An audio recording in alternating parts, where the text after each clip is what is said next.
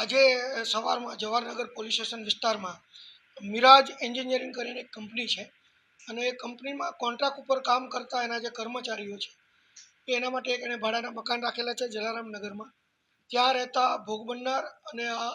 આરોપી એ બંને સાથે જ રહે છે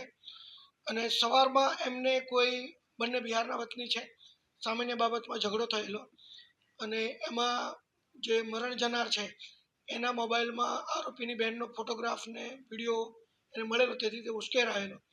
અને આ ઝઘડામાં એણે જે કેબલ કાપવાનો એક છોરો હતો મોટો, એ છોરો આ ભોગ બનનાર જે છે ધીરજ દાસ એમના પેટમાં મારી દીધેલો અને આરોપી જે છે એનું નામ છે આયુષ શંભુ યાદવ. એ પોતે ખજુરિયા પશ્ચિમ બિહારના ચંપારણ જિલ્લાના વતની છે. ગુનો બન્યા બાદ તરત જ તેઓ છાણી રેલવે સ્ટેશનથી કાળુપુર રેલવે સ્ટેશન તરફ જતા રહેલા